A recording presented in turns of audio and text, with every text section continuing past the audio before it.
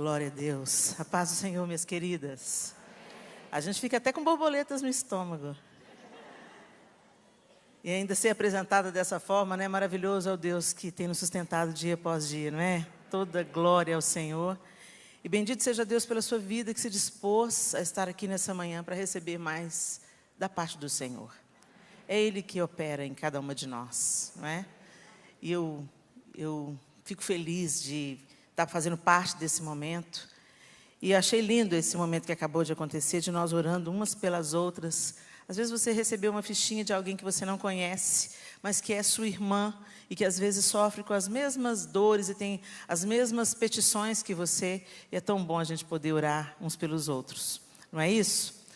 Para mim, é alegria estar aqui com vocês. Finalmente, demorou um tempinho para a gente estar junto aqui, né, pastora? Mas o Senhor não erra o tempo. Ele sabe o tempo perfeito de todas as coisas. E esse é o melhor período para a gente estar juntas aqui. E eu espero que a gente continue recebendo da parte de Deus, como Ele tem feito coisas lindas nessa manhã. Você está recebendo? Amém. Eu fui profundamente edificada com a palavra que nós recebemos da pastora Ana Cláudia. E eu tenho certeza que você também. Que mulheres maravilhosas, essas mulheres que nos inspiram na palavra de Deus. Não é isso? Que a gente aprenda a cada dia. Elas são um padrão para a gente. Não é a mulher da revista que é o padrão para você. Não é a mulher da novela, nem é Hollywood que é o nosso padrão. Mulheres cheias do Espírito Santo, essas sim, são o nosso padrão. Amém? Glória a Deus. Eu queria que você abrisse a sua Bíblia comigo, em Números, capítulo 13.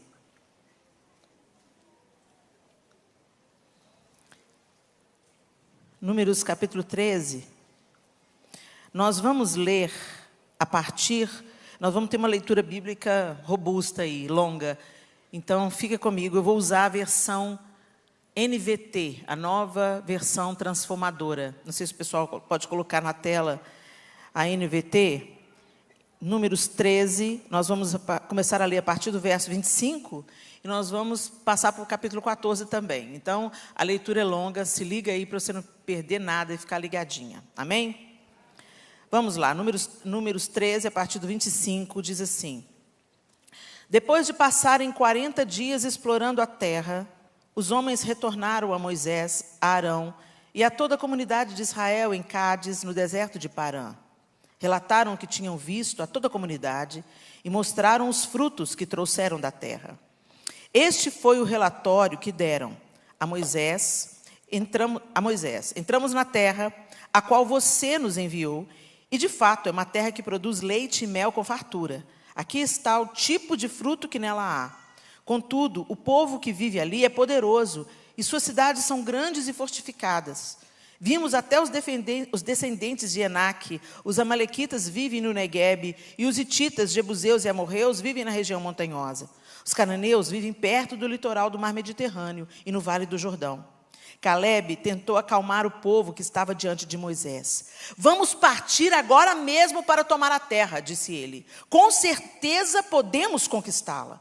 Mas os homens que tinham feito com ele o reconhecimento da terra discordaram. Não podemos enfrentá-los, são mais fortes que nós. Então espalharam entre os israelitas um relatório negativo sobre a terra, dizendo: a terra que atravessamos ao fazer o reconhecimento devorará quem for morar ali.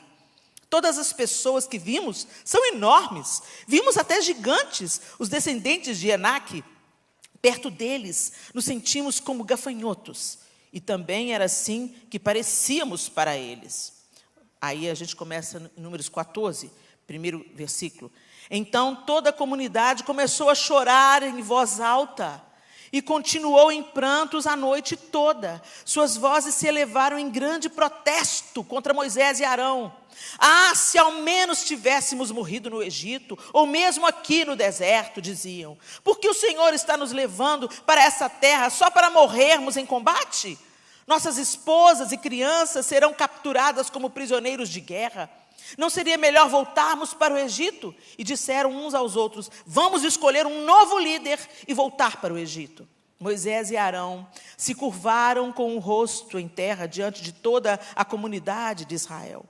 2 dos homens que tinham feito o reconhecimento da terra, Josué, filho de Num, e Calebe, filho de Jefoné, Rasgaram suas roupas e disseram a toda a comunidade de Israel: a terra da qual fizemos o reconhecimento é muito boa, e se o Senhor se agradar de nós, Ele nos levará em segurança até ela e a dará a nós. É uma terra que produz leite e mel com fartura.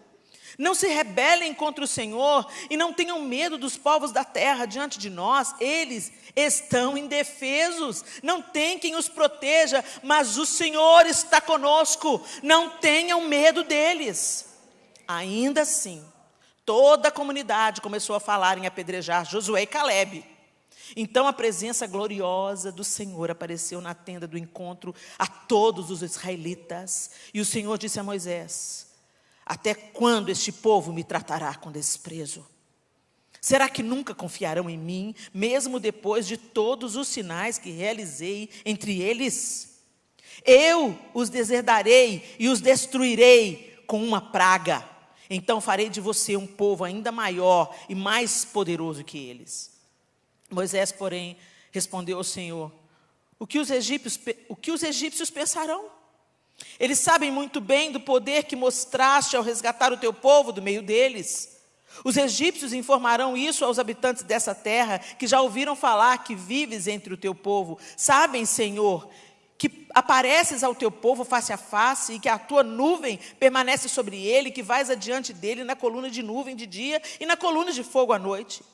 Se exterminares todo esse povo com um só golpe, as nações que ouviram falar de tua fama dirão: o Senhor não foi capaz de levá-los à terra que jurou lhes dar, por isso os matou no deserto. Por favor, Senhor, mostre que o teu poder é tão grande quanto declaraste. Pois disseste: o Senhor é lento para se irar, é cheio de amor e perdoa todo tipo de pecado e rebeldia. Contudo, não absolve o culpado. Traz as consequências do pecado dos pais sobre os filhos até a terceira e quarta geração. De acordo com teu grande amor, peço que perdoes os pecados deste povo, como os tens perdoado desde que saíram do Egito. Então o Senhor disse: eu os perdoarei como você me pediu. Mas tão certo quanto eu vivo, e tão certo quanto a terra está cheia da glória do Senhor, nenhuma dessas pessoas entrará na terra. Todas elas viram a minha presença gloriosa e os sinais que realizei no Egito e no deserto. Repetidamente, porém, me puseram à prova, recusando-se a ouvir a minha voz. Jamais verão a terra que jurei dar a seus antepassados. Nenhum daqueles que me trataram com desprezo haverá. Meu servo Calebe, no entanto, teve uma atitude diferente dos demais. Permaneceu fiel a mim, por isso eu o farei entrar na terra da qual fez o reconhecimento, e seus descendentes tomarão posse dela. Agora deem meia volta, e não sigam rumo à terra onde habitam os amalequitas e cananeus. Amanhã partirão para o deserto, em direção ao Mar Vermelho. Então o Senhor disse a Moisés e a Arão: até quando precisarei tolerar essa comunidade perversa e suas queixas contra mim? Sim, ouvi as queixas dos israelitas contra mim. Agora digo-lhes o seguinte: tão certo quanto eu vivo, declara o Senhor, farei com vocês exatamente aquilo que os ouvi dizerem. Todos vocês cairão mortos neste deserto. Uma vez que se queixaram contra mim, todos com mais de 20 anos, que foram contados no censo, morrerão. Não entrarão nem tomarão posse da terra que eu jurei lhes dar, para que nela morassem. As únicas exceções serão Calebe, filho de Jefoné, e Josué, filho de Nun. Vocês disseram que seus filhos seriam tomados como prisioneiros de guerra. Pois bem, eu os farei entrar na terra em segurança, e eles desfrutarão daquilo que vocês desprezaram. Mas quanto a vocês, cairão mortos neste deserto.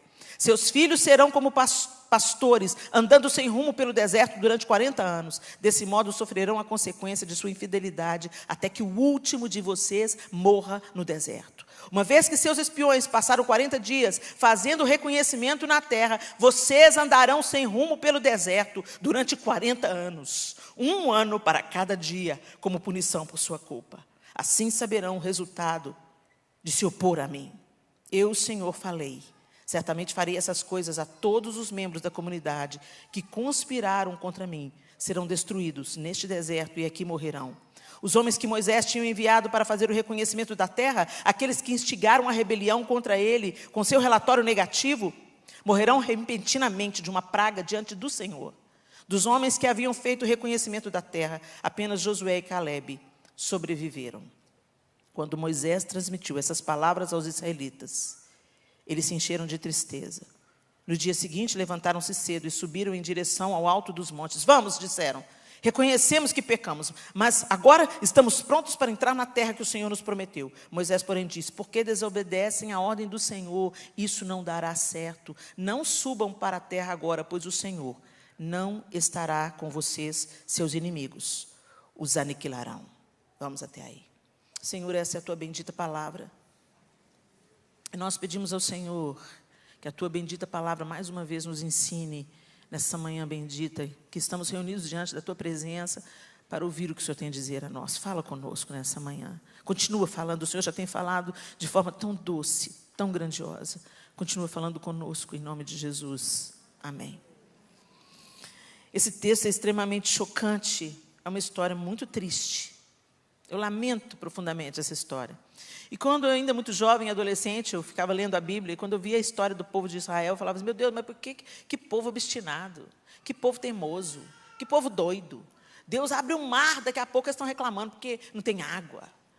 Que povo incrédulo, eles viram as pragas no Egito, eles viram o poder manifesto de Deus, Deus executando o juízo sobre os deuses egípcios, através de cada praga, até os tirar de lá, pelo poder da sua mão. Eles viram o mar sendo rasgado, e eles passaram a pés enxutos.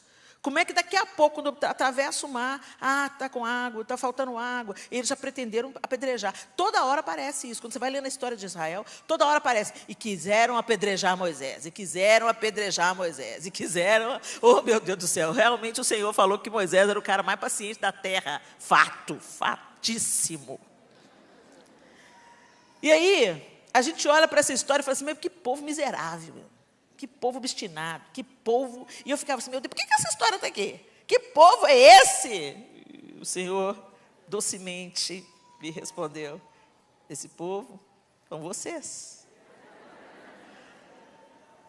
E aí a gente olha para a nossa história aqui no século XX, e a gente sabe que a Bíblia não tem nada aqui que está enchendo página. Tudo que está contido aqui tem o poder de nos ensinar, de nos exortar, de nos limpar, de nos transformar.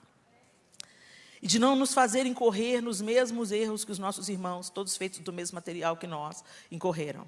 E quando a gente observa essa trajetória do homem, né, do povo de Israel, sendo arrancado do Egito, pela mão poderosa de Deus, ser levado ao Sinai, onde Deus se apresenta ao povo, porque aquele povo ali que se multiplicou na terra do Egito, descendentes dos patriarcas, né, descendentes dos filhos de Israel, eles estavam ouvindo a tradição, né, com certeza, aquilo que foi passado a eles, de pai para filhos, o Deus de Abraão, o Deus de Isaac, o Deus de Jacó, que gerou a José, que foi governador no Egito, trouxe para cá toda a sua família, e por isso nós estamos aqui. Aquele povo também tinha recebido uma forte influência da idolatria egípcia. O fato é que quando Deus leva esse povo ao invés de levar direto para a terra, Deus leva o seu povo para o Sinai. E ali se manifesta ao seu povo e dá a eles uma direção, diretrizes sobre as quais eles deveriam viver, que são os mandamentos de Deus. E a gente vê que Deus inaugura os mandamentos se apresentando para o povo, para o seu povo. Eu sou o Senhor, o teu Deus, que te tirou da terra do Egito. Somente a mim adorarás. E só a mim prestarás culto. Por quê? Por que Deus tinha que já estrear com esse mandamento? Porque eles estavam cheios das influências do Egito. Então Deus estava tirando o seu povo do Egito e agora os estava ensinando uma nova maneira de viver e arrancando de dentro deles a idolatria do Egito. A evidência disso é que quando Moisés se demora no monte, onde ele está recebendo as leis de Deus, o povo faz o quê?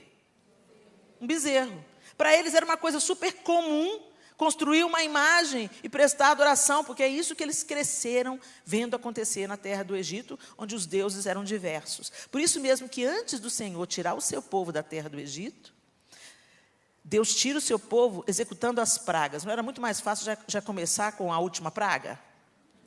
Vamos abreviar o caminho. Mas por que Deus endurece o coração de Faraó E vai aquele vai e volta, vai e volta. Deixa meu povo ir, não deixa não, deixa meu povo. E a Bíblia fala que o próprio Deus endurecia o coração de Faraó. Por quê? Porque Deus estava manifestando o seu poder diante dos olhos dos hebreus.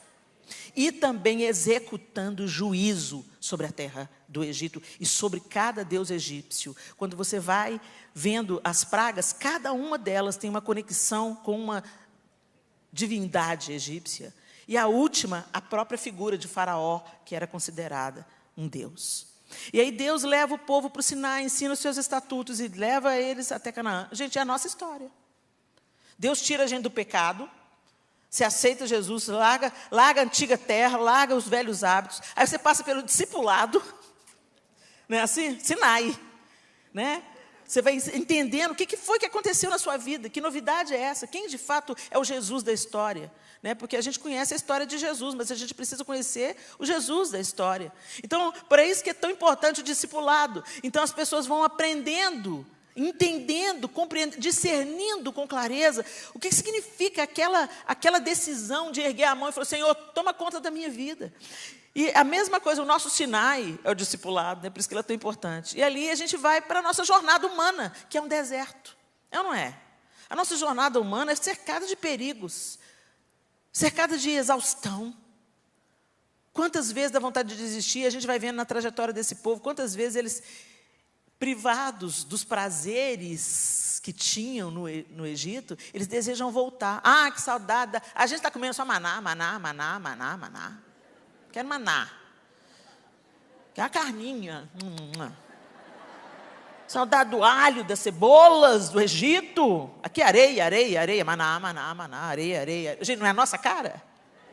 Fala sério, não é a nossa cara? A gente fica julgando o povo. A gente é assim. Esse povo é a nossa radiografia. Mostra a nossa humanidade. Que se cansa logo, que quer voltar atrás logo, que quer desistir logo, que tem saudade do tempo da escravidão. E aí a gente está falando, é o desafio do ano aqui, na Igreja Batista Central desse ano, o ano do avivamento.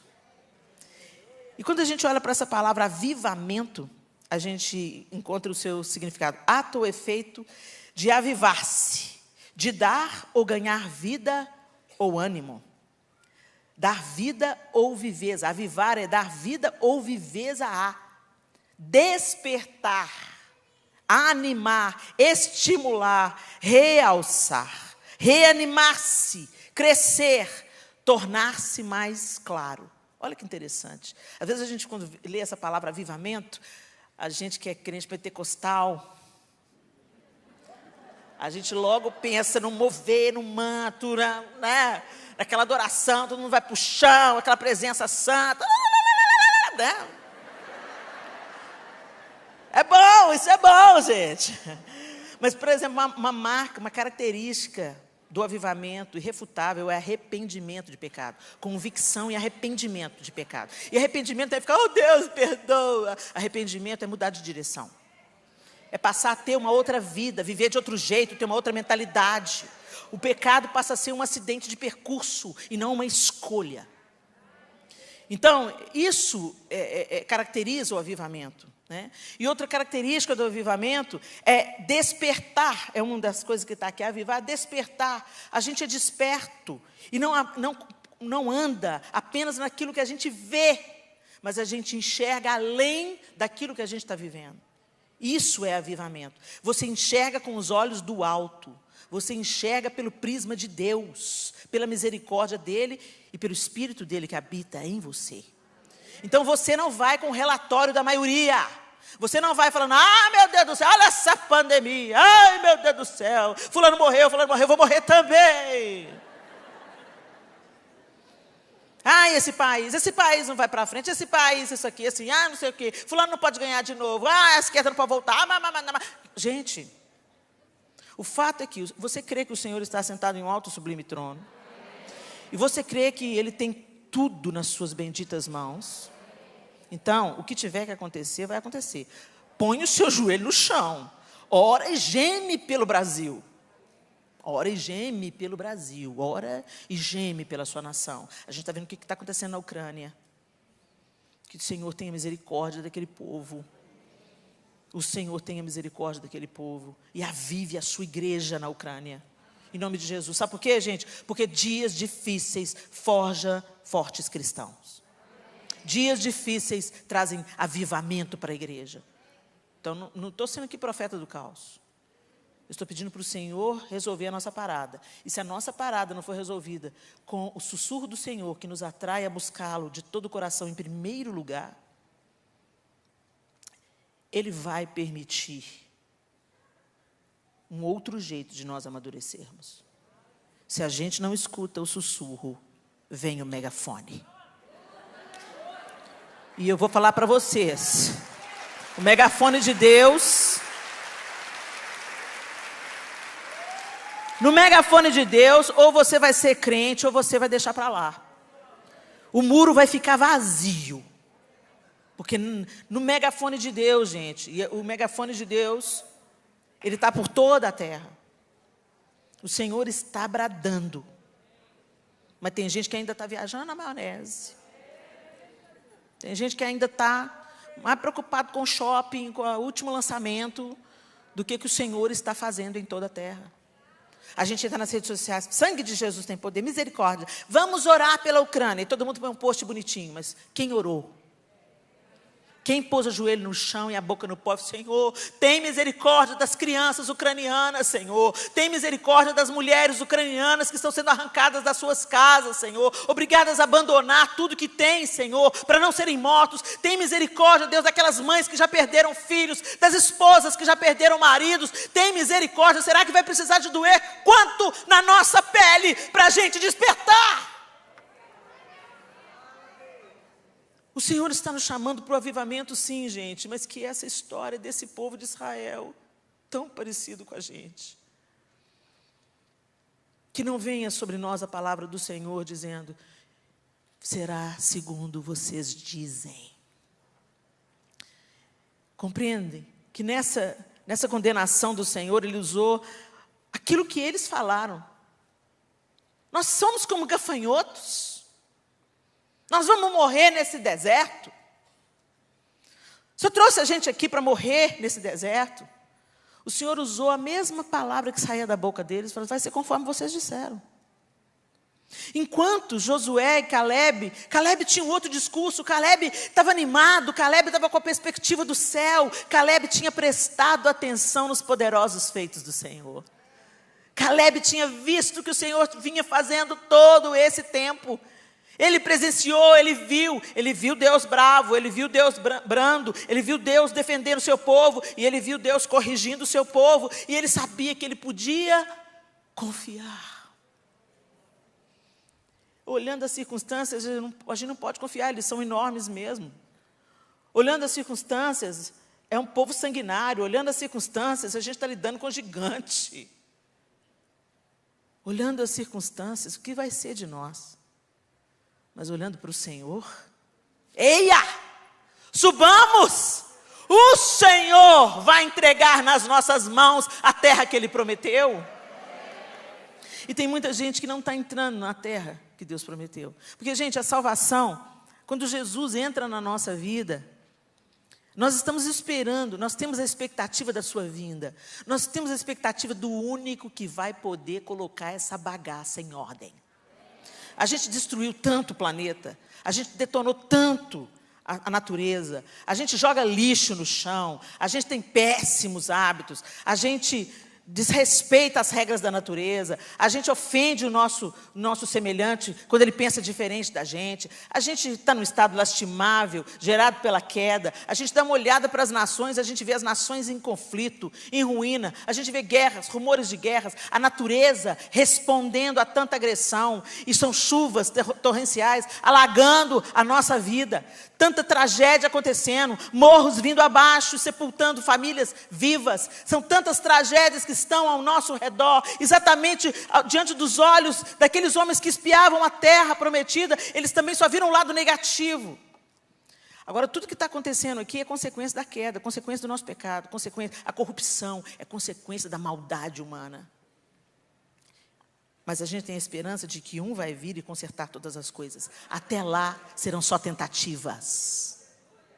Um só vai colocar a terra em ordem. Ele reinará para sempre.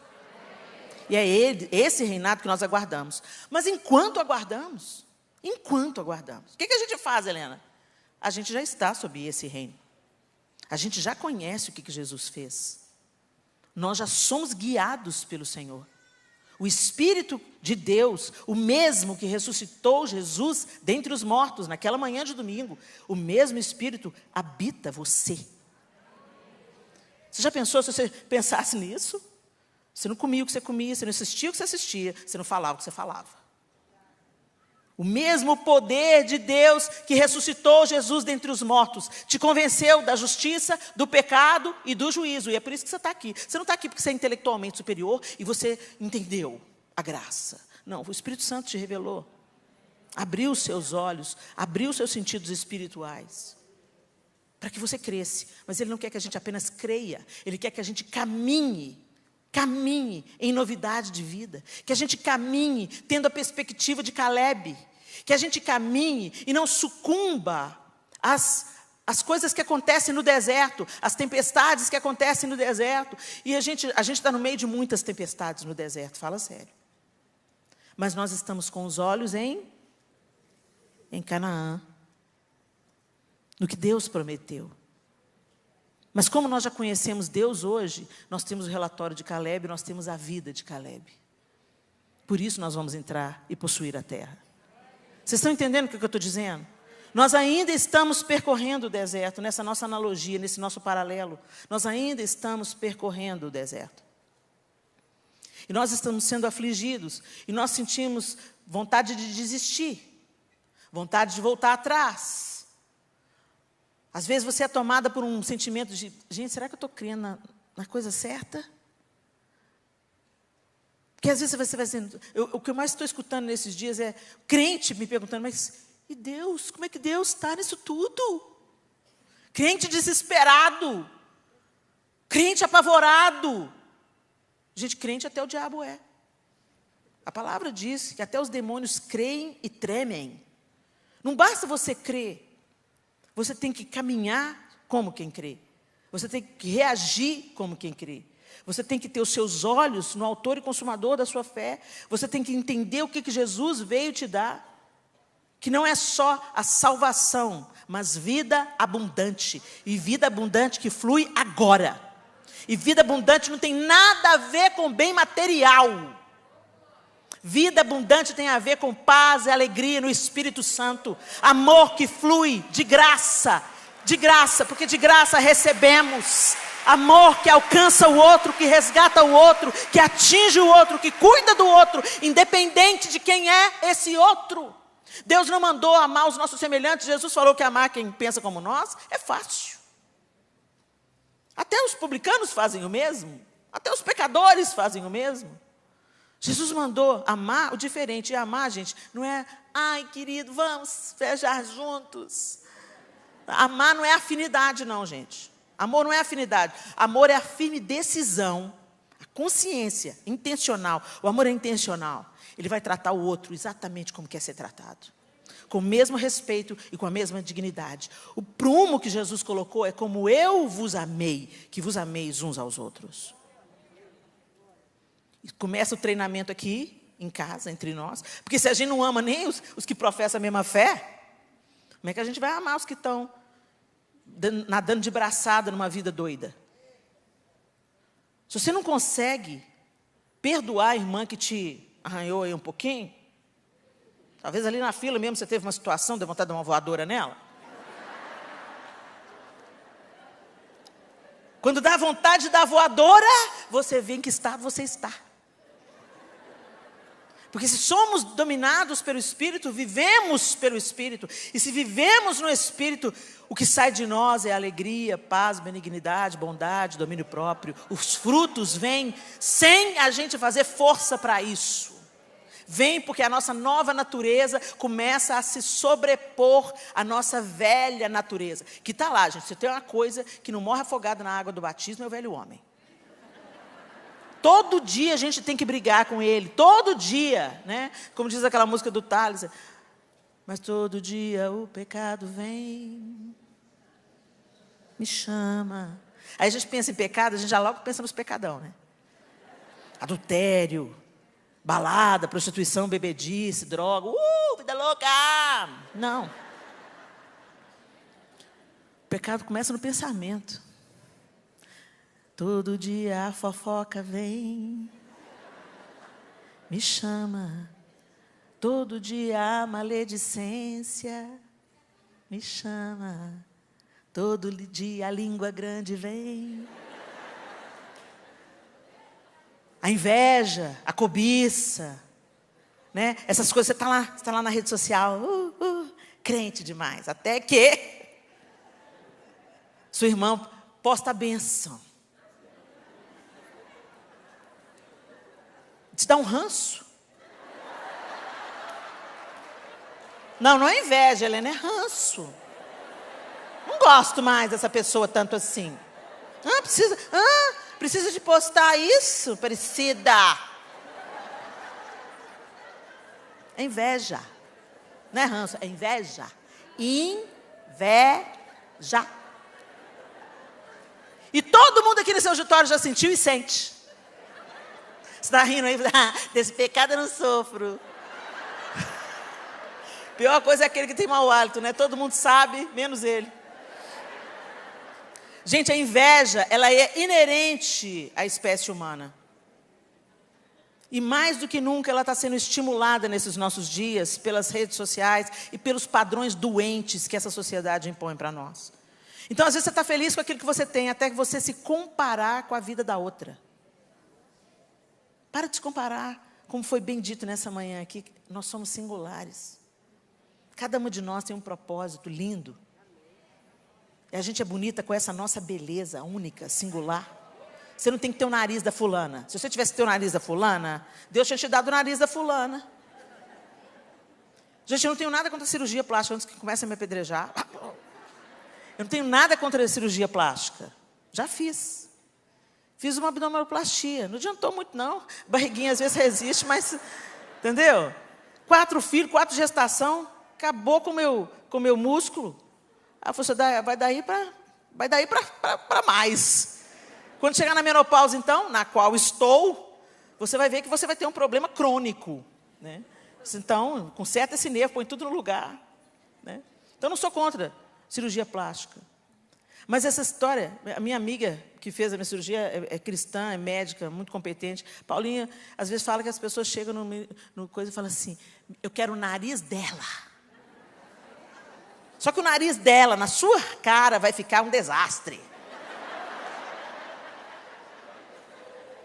Gente, seja feliz com quem você é.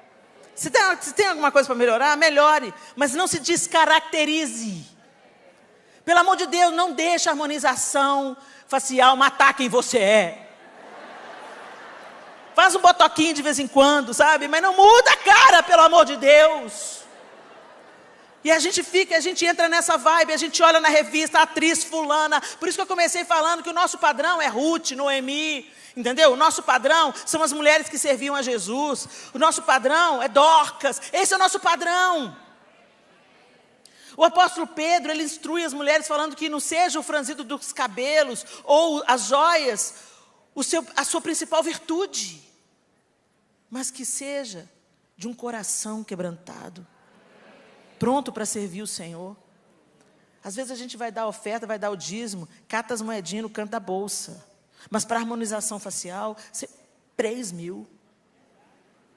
Isso mostra onde está o seu coração. Onde está o seu tesouro, aí está seu coração. Isso, gente, eu estou ilustrando de uma maneira bem bizarra, para você ter ideia de que como coisas irrelevantes tem tirado nossos olhos do autor e consumador da nossa fé, e a gente tem nos levado a viver uma vida medíocre. E na hora que chega a tribulação, na hora que chega a pandemia, na hora que chega a necessidade, a escassez, o desemprego, nós nos desesperamos. Essa pandemia mostrou para a gente que a gente não precisava de tanta roupa. Né?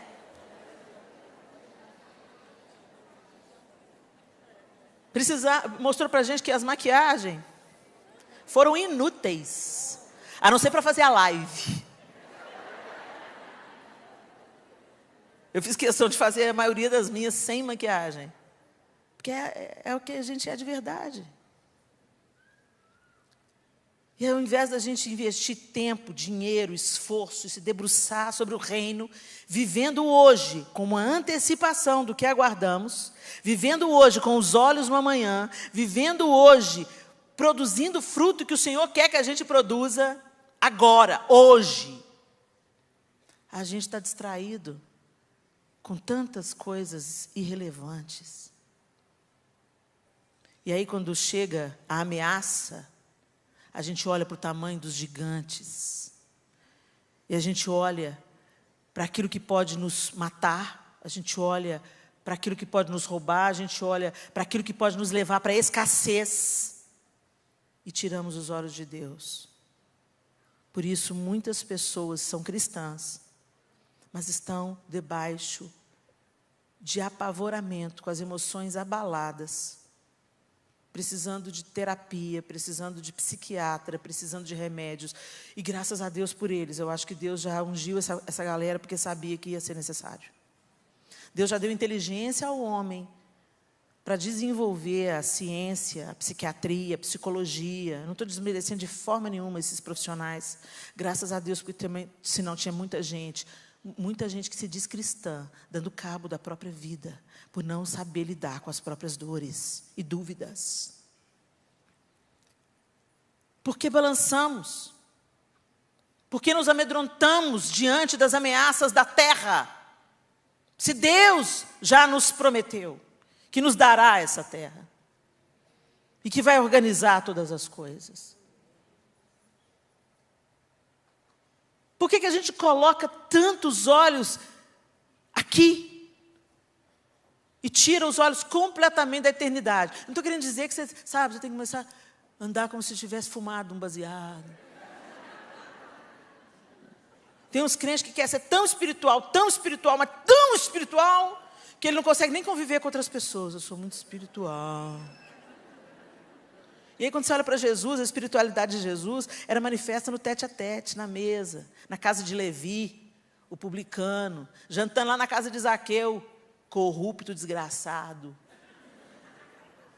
Era com essa galera que Jesus andava. E eles não permaneciam como eles estavam. Jesus andava com eles, mas eles eram transformados. A vida invadia aqueles corações e mudava. Depois daquela comida lá na casa de Zaqueu, ele voltou restituindo todo mundo que ele roubou. Depois que a mulher adúltera foi lançada aos pés de Jesus, eu duvido, gente, que ela tenha voltado para a cama de algum homem depois que ela teve à beira do apedrejamento. E aquele que tinha autoridade para apedrejar, porque ele não tinha nenhum pecado, disse para ela: eu não te condeno, vá. Eu fico imaginando os olhos de Jesus nela. Os olhos de Jesus nos olhos dela. Eu não te condeno. Vá. E muda de vida. Muda de vida. Com quem você está sendo contada, minha irmã? Nesse ano que a gente busca despertar, avivar, tornar vivo.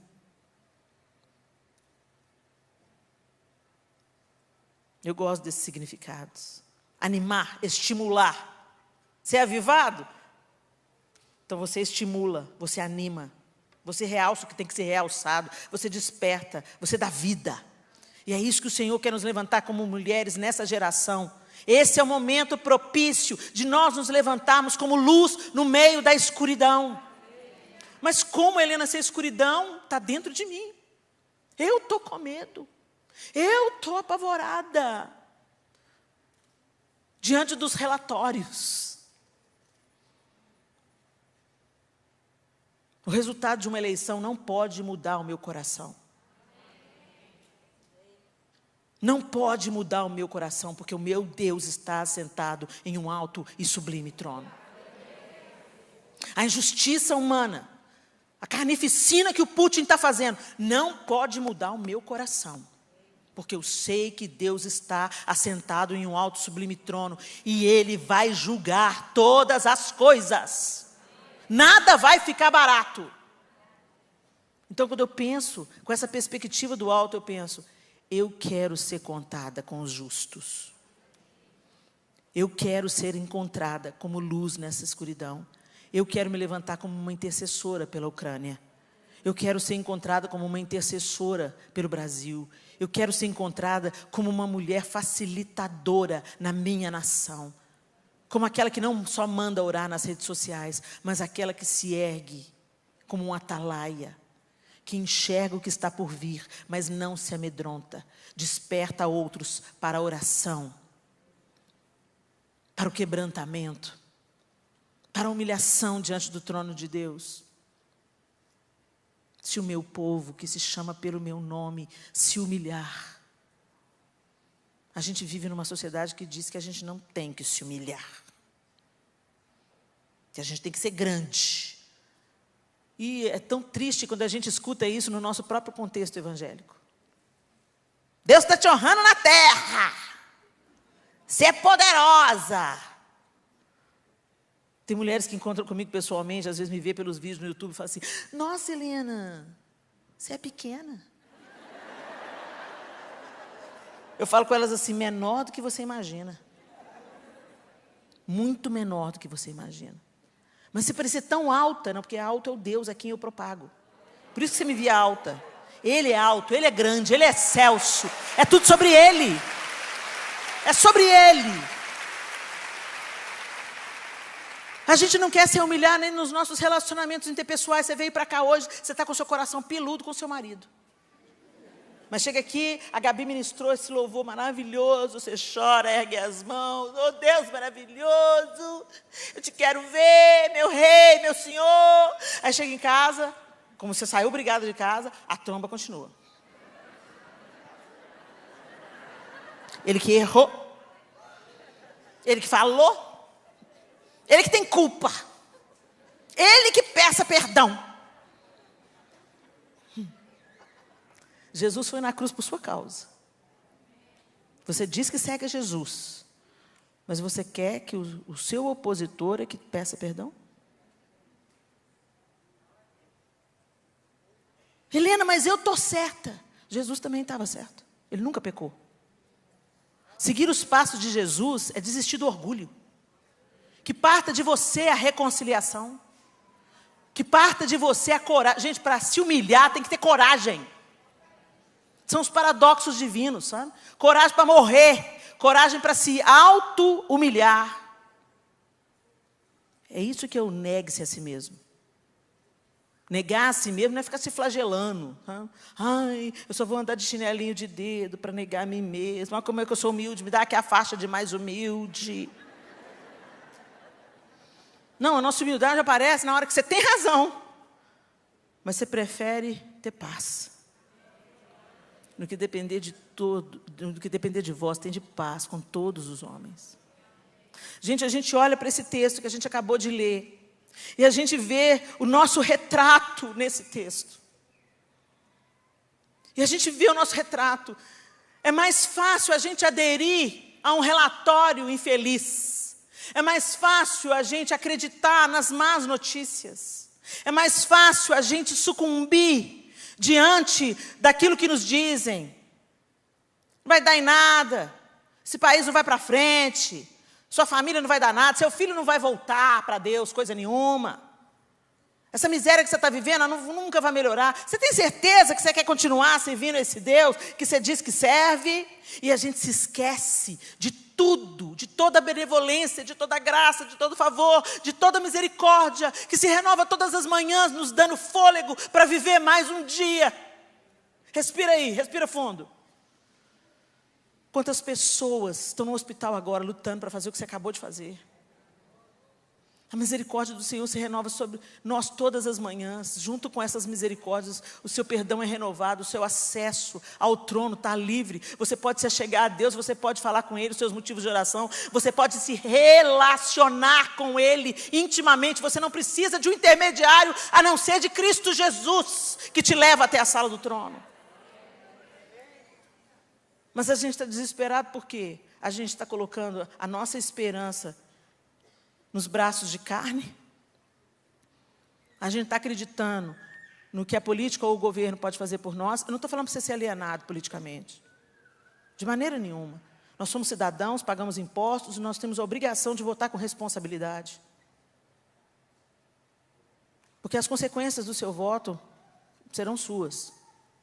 Serão de todos nós. Mas nós estamos num outro nível. Onde cremos que as coisas espirituais se sobrepõem às coisas carnais. A última palavra é de Deus. E seja ela qual for, nós vamos nos alegrar e nos erguer como sal na terra e luz no mundo. Mas isso tem que começar dentro de nós, dentro da nossa casa. E transbordar para toda a nação. Como é que você está vivendo, minha querida? Será que você está ouvindo os relatórios ruins do nosso tempo e tirando os olhos de Deus? Isso não vai te avivar. Isso não vai te animar. Isso não vai te despertar. Isso não vai te encher de vida. Ou será que você está somando com Caleb? Espera aí. Tem um Deus. Tem a música, né, que fala: eu tenho um Deus que não vai deixar essa luta me matar, o desespero me tomar, por mais a situação, o controle ainda está na palma de suas mãos. O choro dura uma noite, mas a alegria, ela vem pela manhã.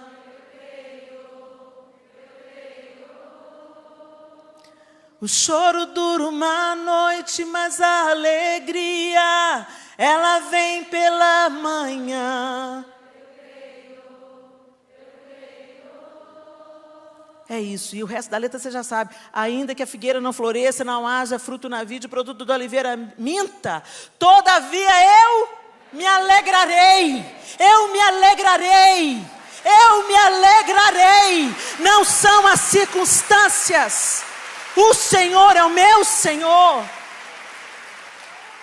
O Senhor tem que parar de ser só o Senhor nos nossos lábios. O Senhor falou sobre o próprio Israel: esse povo honra-me com os lábios, mas o coração está longe de mim. E eu quero te perguntar nessa primeira parte da manhã: será que você é essa pessoa que fala do Senhor, que vem na igreja, mas que tem dado ouvido aos relatórios ruins? Será que você é aquela que tem tido a inclinação de desistir? Eu quero voltar, eu vou voltar. Não tem nada resolvendo, está em guerra estourando, pandemia estourando. Quer dizer, eu vou viver minha vida. Tem um tanto de gente que depois da pandemia não voltou para a igreja. E não vai voltar. Por quê? Porque estava com o coração e os olhos nas circunstâncias e não no Senhor. Ficou decepcionado com Deus. Porque pensa que Deus pediu: pá, fulano morreu, ciclano morreu, ciclano morreu. Aquele pastor, aquele missionário, dava o sangue. Gente, o Senhor não vê a morte como a gente vê, não. Ele tem alegria na morte dos seus santos. Tem uns que ele tirou da terra, você já cumpriu. Vem cá, você não precisa passar pelo que está por vir, não. Hashtag fica a dica, gente. Se a gente está aqui, segura a sua onda. Segura a sua onda, amadurece, põe esse joelhão seu no chão, a boquinha no pó. Entendeu? E fala: Senhor, eu quero ser contada com Josué e Caleb. Senhor, eu quero gozar das tuas promessas. Senhor, eu quero desfrutar a vida abundante que tem nessa terra. Senhor, eu não quero ser movida pelos maus relatórios e pelas circunstâncias ao meu redor. Por mais que tudo esteja caindo ao meu redor, eu vou me erguer como sal, como luz, como esperança, como consolo, como provisão, como acolhedora daqueles que estão sofrendo. Eu vou ser uma coluna forjada pelo Senhor, uma árvore frondosa, de onde outros feridos vêm se aquietar à sua sombra. É isso que o Senhor quer fazer de nós. É isso que os seguidores de Cristo deveriam ser. E isso é avivamento. É muito gostoso a gente receber, a gente cair no poder, a gente rodopiar. Cada um aí sabe onde que pega. estou aqui para fazer doutrina. Mas avivamento é mais do que isso. Convicção, arrependimento de pecados, que gera uma nova mentalidade, uma mudança de direção, que dá fruto, que dá fruto, que dá fruto, que dá fruto. Terra que mana leite e mel é você.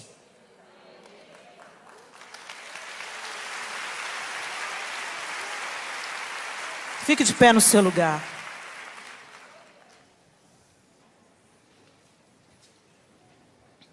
Eu não sei o que você está vivendo na sua vida pessoal. Mas tudo começa no pessoal, tá, gente? É de dentro para fora. Você pode ser uma bênção aqui na igreja. Eu posso ser uma bênção na plataforma. Mas isso aqui é só a pontinha de um iceberg. A base está em outro lugar. A base está lá dentro da nossa casa. A base está dentro da nossa casa. Como nós estamos vivendo a nossa fé dentro. Vai determinar como vai, se o fruto vai permanecer. Se o fruto vai permanecer. Como estão os seus relacionamentos?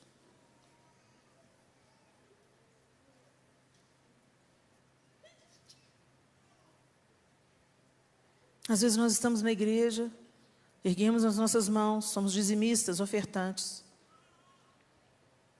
Mas não falamos com o irmão de sangue há anos.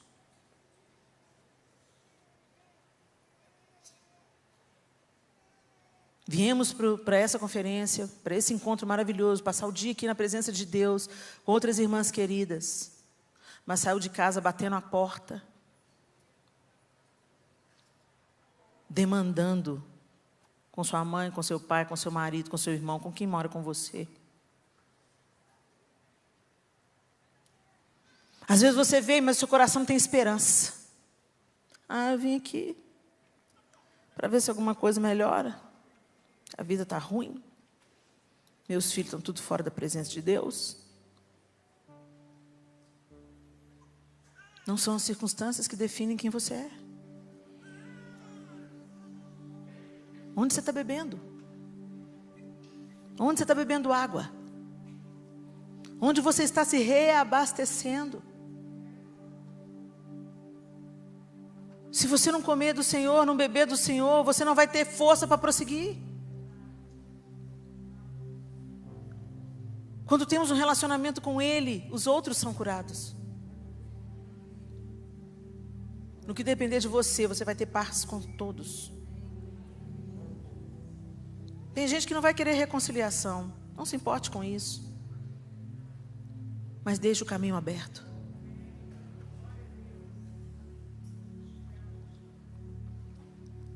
Às vezes você já chegou aqui tão fragilizada. Você está fria.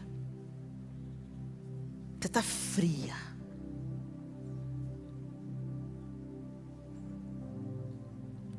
Achegue-se a fogueira.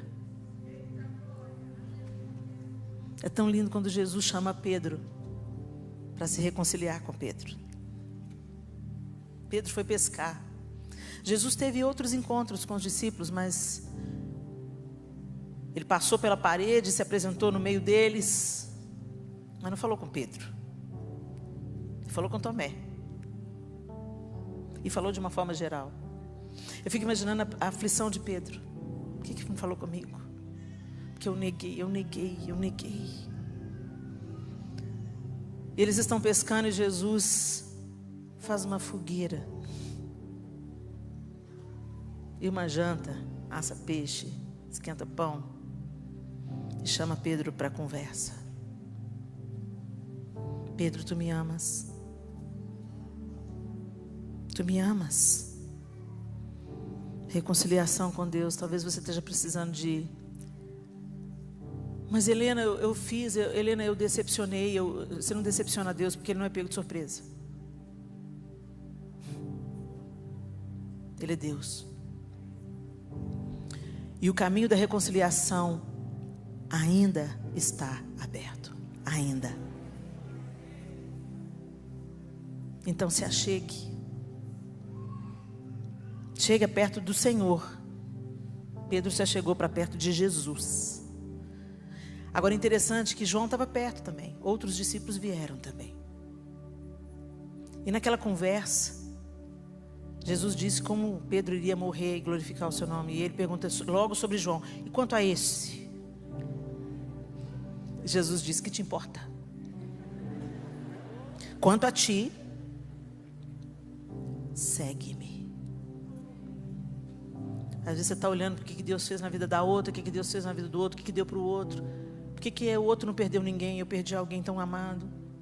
Você vai se comparando e vai se esfriando e vai se distanciando. Quanto a ti, segue-me. E para seguir, você tem que ir de perto, senão você se perde. Hoje é o dia. Hoje é o dia de você se achegar à fogueira. Hoje é o dia de você tapar os seus ouvidos para os relatórios ruins e colocar os seus olhos naquele que já fez tanto por você.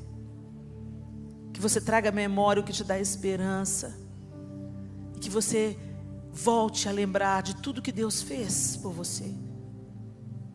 E que você pare de se comparar com quem está ao seu lado. Deus tem uma obra em você. Ele é um Deus que cuida de todos. E cada um é importante na engrenagem. Por isso que o Pai é nosso. Pai nosso que estás no céu. Porque Ele trabalha em mim, trabalha no outro. E o todo manifesta a glória e o reino de Deus nessa terra. Eu não vou dizer aqui que você é o filhinho predileto. Porque Deus ama essa mulher que está do seu lado exatamente como ama você. Você não é melhor do que ela. Mas Ele ama as duas, ama as três, ama as quatro, ama as 1000. Ama as milhares de milhares de milhares. E tem um plano para cada uma de nós. Enquanto a Gabi ministra essa canção de dependência, que ela seja a nossa oração nessa manhã. Oração sincera. Às vezes a gente canta muita mentira. Então só cante se você realmente quer confessar diante de Deus: eu preciso de ti, eu preciso do teu perdão.